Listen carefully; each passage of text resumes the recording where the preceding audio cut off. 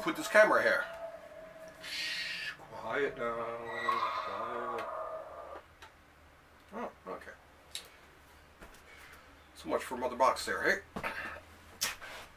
Welcome once again to this secret location hidden way down in the bowels of historic downtown St. John's. Comes that show that you love to watch in the Library of Graphic Literature with your host, the mad librarian himself, me, Wallace. So, today, new comics, of course, out here on the island. New comics in today and new books. Fortunately, there were no delays and all that, and I wonder if there's going to be delays next week because of tomorrow being Good Friday, of course, and that basically delaying all the comics. Unless Diamond ships one day early on because of Good Friday. Who knows? Anyway, fairly good week this week. Oh, hang on a second. But, actually, this is heavily cream tea, this is. I buy it at a local place, the Rocket Bakery here in St. John's. Great little place if you're ever here. So, anyway, not a lot of books this week, but some cool stuff nonetheless. So I guess let's get to it. Hello to all you regular viewers of this show. Thanks to everyone actually for all the comments. I love chatting with people, and if you leave a comment, I'm more than likely to get back to you as soon as I've seen it, or as soon as I wake up, or whatever. But please keep commenting. It's your comments that actually help me shape the show. I've had a lot of great suggestions from everything from a show about the Captain America Marvel Masterworks and Omnibuses to Bill wanted me to do a show about some of the Gold Key volumes put out by Dark Horse here several years ago, which I will do because they're some of my favorite books myself. But for this week, I think we got more than enough to talk about. Speaking of which, let's get to it. Let's do it to it. First of all, is a Toon book by Lily Carre, Tippy, and the Night Parade. This is from the good folks at Toon Books. There we go. I love these. So cool. I love these Toon Books. So yeah, I highly recommend you check these out. I mean, they're definitely, well, I guess they're all ages really is what they're about. Cool little back papers there. All in all, a nice little book. Thank you, Toon Books, for that. It's a first comic for brand new readers. Well, there you go now. Next. Here's something I love. Of course, I grew up, like most of you out there, and my first exposure to comics was, of course, the superheroes, the capes, as they say. But as I grew older, I began to read even any comics I could get my hands on, whether they were Archie comics, Tower comics. I can remember reading when I was a kid, even Carlton comics. But you know, I'd try just about anything. I loved comics so much. I'd read just about anything. Classics Illustrated and Harvey Comics. Yeah, just about anything. And one thing that I actually, in terms of the comic book genres, one thing that I came to late in life is the, as we call them, the Duck comics. And now, I was always a huge fan of Howard the Duck, but he's sort of an unusual duck, right? But it was when I came upon The Life and Times of Scrooge McDuck by Don Rosa, hi Don, love you, that I truly fell in love with the ducks, and I highly recommend it to anyone out there. If you can get your hands on a copy of The Life and Times of Scrooge McDuck, you gots to read it. You just gots to. For one thing, it won an Eisner Award, and that's actually what first attracted me to it. When I seen that, I was like, this is interesting. A duck comic winning an award like this. So, of course, I had to check it out and read it. And I read it, and I was absolutely floored. It was fabulous. So, thus began my love affair with the ducks. My good buddy Sam Johnson is helped steer me through the world of the duck artists and stuff like that. Actually, Fantagraphics is coming out with a set of duck books coming up in the next few months, and with a lot of European duck story stuff I've never seen before, so I'm excited about it. And meanwhile, back here on Earth, Fantagraphics, besides that, they've actually released, and which includes The Life and Times of Scrooge McDuck, they've released the Don Rosa Library, which basically is all of his work, including, like I say, that classic story. I think it's around, I can't remember which volume it is now, and it's sort of covered up there by a stack of books. But it's a great set of books, and you know, besides the Life and Times, I've now been exposed to a wider range of Don stuff, and I love it. That being said, the other set of duck books that Fantagraphics is working on is the Carl Barks Library. Fabulous set of books by the Master Duck Man himself, Carl Barks.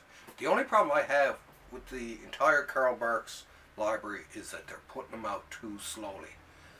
Guys, if you keep putting them out at the rate you're putting them out with at the last book will probably come out the year I'm ready to retire, so speed it up. They're cheap, so I mean, great quality too, cheap, but they're very inexpensive, so $29.99 for a full color book of pure enjoyment. You can't go wrong.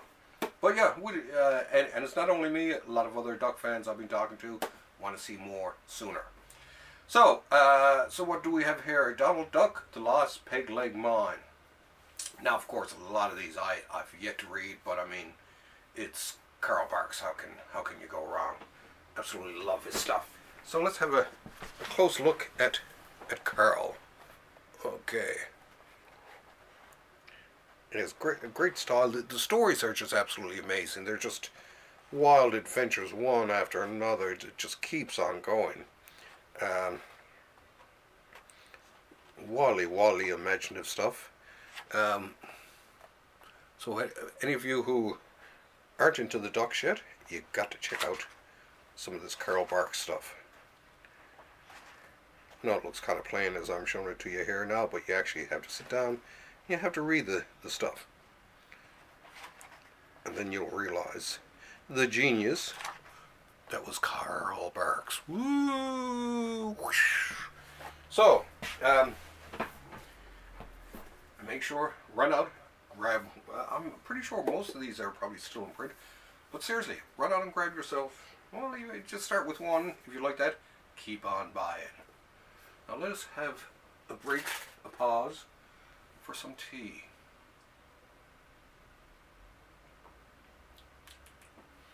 Thank you very much. Okay, back to business here now. Okay, let's speed it up here a bit. Let's try, we'll do a bit of an unwrapping here. Mandrake the Magician, Lee Falk, Fred Fredericks. Sundays, Volume 1, The Meeting of Mandrake and Lothar. I'm a sucker for all these pulp characters, from Mandrake to the Shadow to the Avenger. Love Dragnet. Love a lot of the older pulpier stuff. Both comics, radio shows, movies. Everything like that. So what do we have here? This is coming from Titan Books, and it's actually sewn bound. That's about one of the few problems I have with the Titan books. Is some of my favorite, like the Michael Moorcock Library, which I hope they release in a bigger volume. The books are just glue. The bonding is just glue bonding, and it's not the best. Well, let's look over these. So, geez, the reproduction looks pretty good in here. So, yeah, Mandrake the Magician. Looks pretty cool, actually. All by Falk, the master. Oh yeah, not bad. Not bad at all. Let's share it with you, fine folk out there. Kind of like the black and white artwork. Very, very sort of plain and utilitarian, but you know, sometimes that's what works. Oh, I like that shadowy scene right there. But yeah, like I say, I'm a sucker for all this old-fashioned, these old-fashioned comic strips, movies, anything like this. I'm in love with the early 20th century, let's just put it that way. And who isn't? I was born about halfway through the 20th century. The dancingest, coolest century of them all. So far. So anyway, this, ladies and gentlemen, is Mandrake the Magician. Poof! It disappears.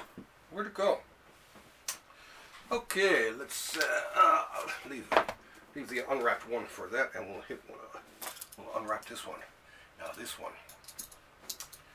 This is the Silver Age Green Lantern Omnibus Volume 2. I grew up reading, I can remember at the age of 3 and 4 reading Green Lantern comics, the Atom comics. These are the comics that taught me how to read. By the time I got to kindergarten, because of my experience with comics, I could actually read and write all by my lonesome. Not bad, hey? So, comics and illiteracy, comics causing illiteracy like they used to believe in the Dark Ages, no way. Oh, okay. So, what does this, oh, for one thing, it's a heavy little beast. I love these, I've been loving these new omnibuses from DC. I love the spine, very simple. And they all look nice when they're put up on the shelf and stuff like that. And this one now, this has the Green Lantern's 36 to 75 ends just where Neil Adams picks up. So, which is great, because especially for anyone who may have been collecting the collecting Green Lantern in the DC archives, this really does fill out what you may have been missing. Now this, for the most part, is Gil Kane in terms of the art. Writers, as I can read here, Gardner Fox, John Broome, Mike Frederick, and Dennis O'Neil, also known as Denny O'Neil. But in terms of artwork here, they have in this volume, Gil Kane, Murphy Anderson, Neil Adams, woo, Vince Coletta, Dick Dillon, Joe Gilla, never been a fan of him, Dick Gordana, Sid Green, Carmine Infantino, I met, Mike Sikowski, Jack Sparling, and Wallace Wood. I prefer to call him Wallace than Wally. Wally sounds so, yeah. Oh, that's the other thing. Never call me Wallace. I'm Wally. I'm Wallace. So yeah, for the most part, he did most of these. It's there's a few Mike Sikowski, a couple of Dick Dillon ones later on, and then it goes back to Gil Kane again. I absolutely love Gil Kane. He's one of my favorite all-time artists. He has visual flow unlike anyone else. As a matter of fact, it was through studying Gil Kane's artwork that I became familiar with the concept of the visual flow through panels. And there's no one who does it. I mean, there are other people who do pretty good, but I gotta say, Gil had it mastered. I've never seen anyone do it quite like him. So yeah, I love each and every one of these. I've read a lot of these through the years in reprints and the such and all that. And but you know, I'm gonna dig through this again and give it a read anyway, just to, because it costs so much. I'm not just going to leave it on the shelf there. And let's have a look at some of this Gil Kane artwork here. I mean, come on. Look at that visual flow from panel to panel. He drags your eye from the upper left-hand panel and right down through the entire thing, like he had a string attached to your eyeballs. Stunning, stunning. I actually kind of liked Kane when he inked himself too. It had a certain rawness to it that, and there's quite a few of them here. That was pretty cool. I never really liked Joe Gilla's inking of him, but I actually did like Sid Green's inking of the Master, right? So here's a few of them there. Bit of Mike Sikowski there, and eventually we get back to Gil Kane once again. The Gilmeister. And who doesn't love Gil Kane? Pretty cool. Yeah, Joe Gilla wasn't a huge fan of his stuff, right? But definitely worth your while. Gil Kane. By Gil Kane. Definitely one of my faves. Anyway, I loved his Captain Marvel too, as you've seen in another one of these shows. Whoa, phew. Whew. Okay. Last but not least, after a sip of tea, this is one of my perennial favorites. I've loved just about every book of his that I've read, and I highly recommend everything, because basically everything I'm showing you is stuff that I have bought or in the process of buying. Like I've said before, I prefer talking about stuff I like, because it's kind of cooler talking about stuff that you like rather than ragging on about, oh, I hate this, I hate that. People are sick and tired of hating. Come on, people. Let's talk about some love. And anyway, The True Death of Billy the Kid by Rick Geary, the Master. I've been a fan of Rick since I was a baby. No, I've been a fan of Rick for years. He has this amazing, cute style to it that's very deceptive. And he takes that cute style and he does all kinds of cool, like he did a series of early 20th century true crime, late 19th century true crime. But yeah, he's really into the crime sort of comics and all that. At least the ones he does here for NBM, and I love him. He has almost like a documentary style to it, and I'll show you what I mean. So this is Billy the Kid. Now a lot of times too, he'll start some of these things, and he'll start them off